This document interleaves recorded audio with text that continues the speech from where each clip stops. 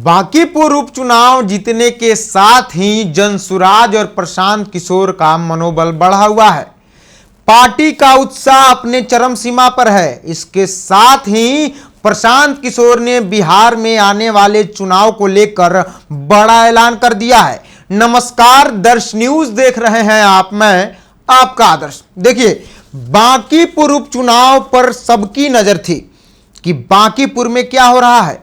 एक तरफ बीजेपी के राष्ट्रीय अध्यक्ष की सीट और दूसरी तरफ अपनी अस्तित्व बचाने के लिए उतरे प्रशांत किशोर।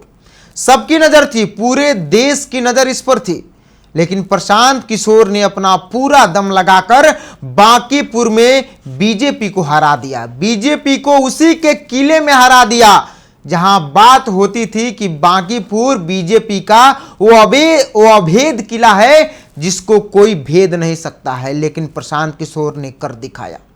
इस जीत के साथ ही पार्टी में एक नई ऊर्जा आ गई है। सभी किसी का मनोबल बढ़ा हुआ है। पार्टी और उनके कार्यकर्ता का भी मनोबल बढ़ा हुआ है। इसके साथ ही प्रशांत किशोर ने कल बड़ा ऐलान कर दिया है। देखिए, बिहार में आने वाले समय में एमएलसी चुनाव होने वाले हैं। 8 सीटों पर एमएलसी चुनाव होने वाला है। तो प्रशांत किशोर और उनकी पार्टी जनसुराज का ऐलान हुआ है कि प्रशांत किशोर सभी 8 सीटों पर एमएलसी चुनाव लड़ेगी। इसके साथ ही बीजेपी की टेंशन थोड़ी बढ़ गई है। देखिए, बांकीपुर जीत के बाद तो जनसुराज का मनोबल बढ़ा हुआ है और बीजेपी का मनोबल टूटा हुआ है, और अब एमएलसी चुनाव में प्रशांत किशोर के ऐलान के बाद बीजेपी की तो थोड़ी टेंशन बढ़ ही गई है। क्या कुछ ऐलान किया है, क्या कुछ कहा है प्रशांत किशोर ने, सुनिए। एमएलसी चुनाव होने वाले हैं बिहार में, आपकी पार्टी भी एमएलसी चुनाव होगा तो पार्टी है, चुनाव लड़ेगी। कितना उम्मीदवार उतारेंगे वहाँ? कहाँ पे एमएलसी चुनाव में? अभी तक तो संविधान के हिसाब से एक पोस्ट के लिए तो एक ही ना उम्मीदवार होगा। तो 8 है तो 8 होंगे। किशनगंज में भी चुनाव होने वाले हैं जी। बाई इलेक्शन एक और जगह होने वाले हैं। कहाँ पर? सीमांचल में। मुझे तो नहीं जानकारी है। अगर कोई बाई इलेक्शन होने वाला है तो आप बताइएगा। एमएलसी चुनाव की क्या तैयारी है प्रधान जी? भाई, जो राजनीतिक दल है, जो सामान्य तैयारी लोग करते हैं वो हम लोग भी करेंगे, और आने वाले 5-7 दिन में आपको पता चलेगा कि जनसुराज की ओर से एमएलसी के कौन लोग उम्मीदवार हैं। नाम घोषित किया जाएगा, तब आप उस पर तब आप विवेचना आप लोग कीजिएगा कि उसका जमानत बचेगा कि नहीं बचेगा, कौन जीतेगा कौन हारेगा, वो तो चर्चा आप ही लोग कीजिएगा। इस बार क्या लगता है कि वो जो जनप्रतिनिधि रहेंगे और ये सब, वो तो जनता रहेंगे नहीं, तो आपको कैसा समर्थन वहाँ देखते हैं वहाँ पे? भाई, दल के तौर पर जनसुराज सभी 8 एमएलसी के सीट पर चुनाव लड़ने की मंशा रखता है।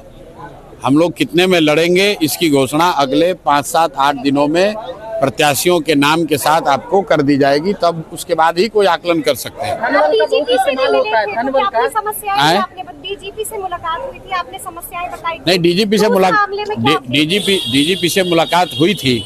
उसके बाद उसमें कहा गया था कि इंटर डिपार्टमेंटल एक बैठक बुलानी है, और कल 27 तारीख को चीफ सेक्रेटरी से उसके संबंध में वार्ता हो रही है। तो क्या आप भी जाएंगे? कल जाएं, कल चीफ सेक्रेटरी के साथ बात होगी इस विषय पर। तो सुना आपने, प्रशांत किशोर साफ कह रहे हैं कि हम सभी सीटों पर चुनाव लड़ेंगे और आने वाले 1 सप्ताह के अंदर आपको कैंडिडेट का नाम भी पता चल जाएगा कि कौन से कैंडिडेट कहां से चुनाव लड़ेंगे। देखिए, इस ऐलान के बाद यह चर्चा हो रही है कि क्या प्रशांत किशोर फिर से बीजेपी को हराएंगे या बीजेपी फिर अपनी जीत पुरानी तरह से तैयार रखी है। देखिए, इस बात की चर्चा होने लगी है। ऐलान के बाद से बिहार के सियासत में गर्मी तेज हो गई है। बिहार के गलियारों में इस बात की चर्चा होने लगी है कि क्या प्रशांत किशोर अब क्या बिहार की राजनीति में एंट्री करने के बाद अब क्या धीरे धीरे बीजेपी का सफाया करेंगे। देखिए, अब तो ये आने वाला समय ही बताएगा। एमएलसी चुनाव के रिजल्ट के बाद ही पता चलेगा कि क्या प्रशांत किशोर इसमें भी खेला कर पाते हैं या बीजेपी फिर से अपना निशान बनाए रखा है। बाकी आप इस पर क्या सोचते हैं? क्या प्रशांत किशोर एमएलसी चुनाव में खेला कर पाएंगे, बीजेपी को हरा पाएंगे? अपनी राय कमेंट करके बताइए। देखते रहिए दर्श न्यूज।